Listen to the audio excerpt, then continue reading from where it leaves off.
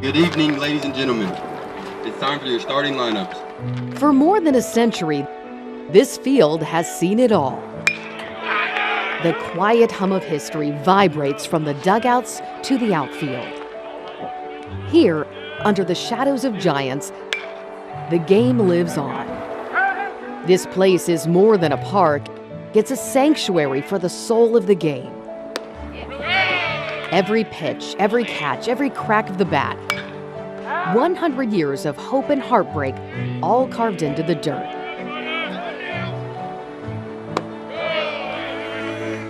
The first recorded baseball in Knoxville is 1867. They played what would be considered now behind Mass General Store. So that's where baseball started. A quarter century before the first football or basketball games, we were playing baseball. And Knoxville was a baseball city for a long time. The hallowed ground that would become Bill Meyer Stadium was established in the early 20th century. It was in 1916, a guy named William Caswell, who had been one of the first baseball players in Knoxville. He'd been involved in these very early games in the 1860s. But he donated to the city a major tract of land that became known as Caswell Park. My dad used to come up here and we would sit right up here. Well, not down here, but up in the upper thing on Caswell Park. Yeah. And my treat for the day was he'd buy me a brown cow. Yeah. You know, a stick, ice cream stick. The first year they played professional baseball here was 1921. Because my father played on that team. They were called the Knoxville Pioneers of the Appalachian League. Were they good?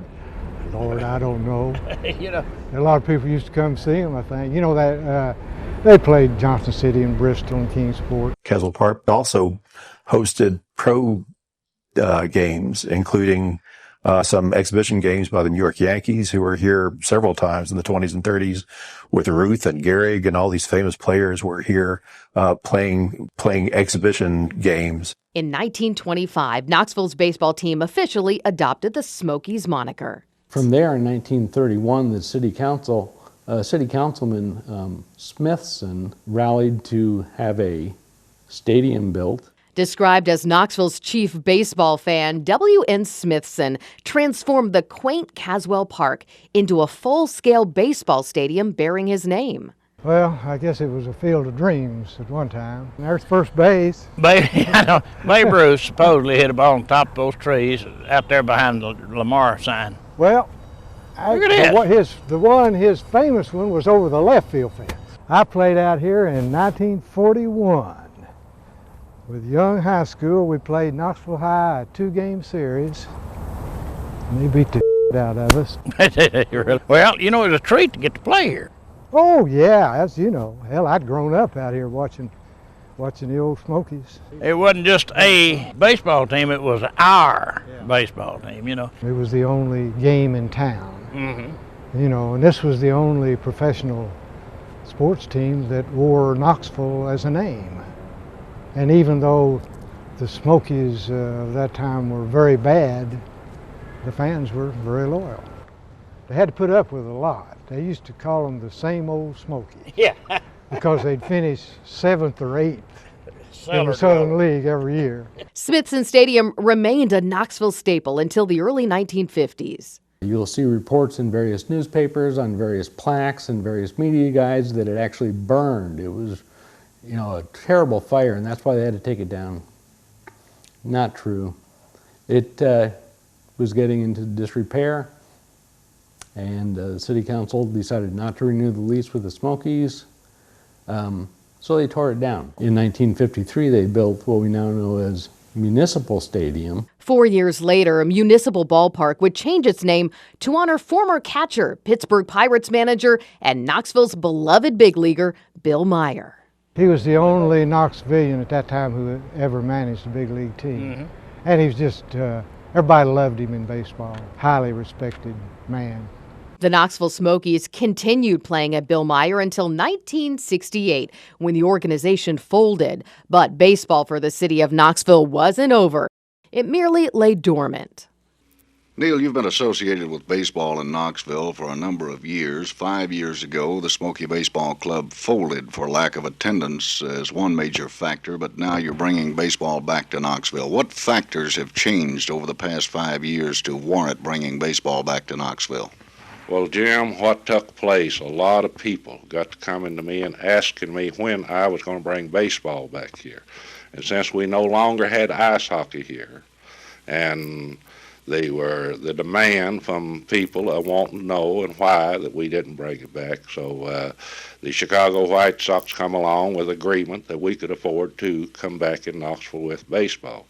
And they've been more people come to me and call me since we have announced that we were going back in, that I feel like we're going to have a good year this year.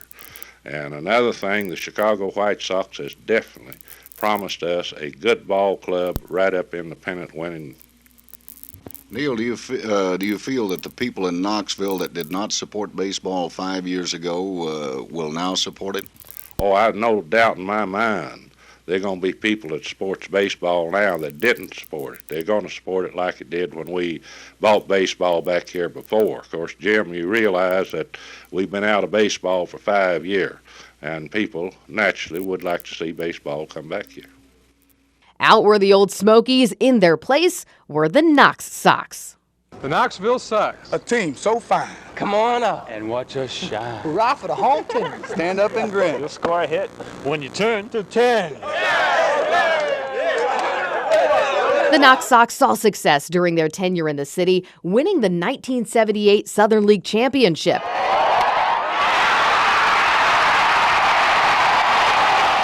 The next chapter of Knoxville baseball unfolded with the announcement that the Sox would join forces with the Toronto Blue Jays. And with this new union, the team embraced a new name, the KJs, ready to take flight in 1980. The KJs endured at Bill Meyer until 1992, when the team switched to a familiar name not seen in the city for more than 2 decades.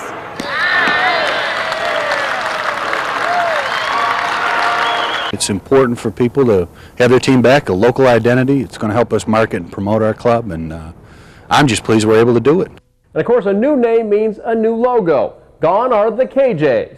In are the Smokies, and they've got everything here at the stadium souvenir shop, including caps and t-shirts and pennants as well. And a lot of people already coming in. They're doing a booming business. With the success other minor league clubs have had with their name change, we decided we'd like to jump on the bandwagon and get it done here as well. And I think definitely it'll help folks relate to our club and our players here, and yet we still get to retain our affiliation with Toronto, the world champions. So it's fantastic. The name change reinvigorated the park, and the arrival of a rookie the following year made Bill Meyer Stadium the place to be in Knoxville.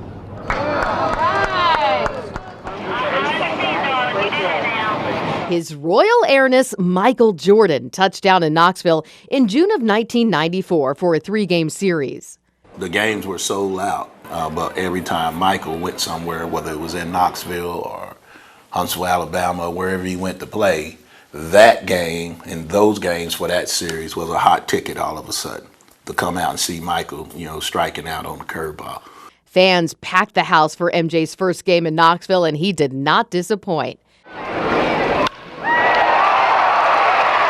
He went 2 for 5 with a double in the 4th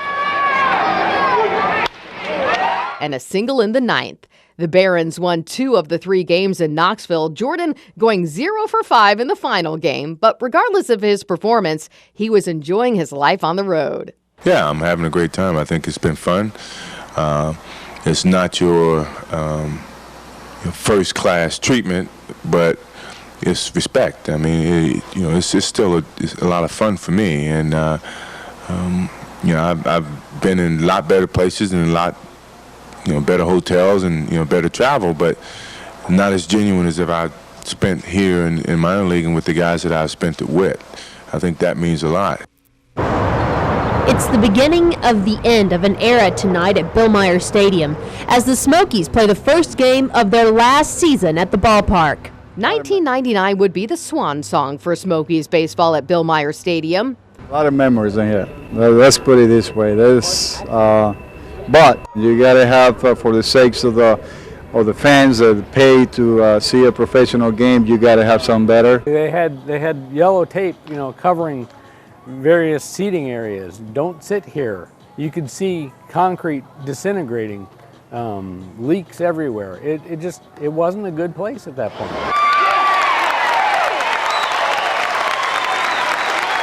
The final Smokies game was played at Bill Meyer Stadium in September of 1999.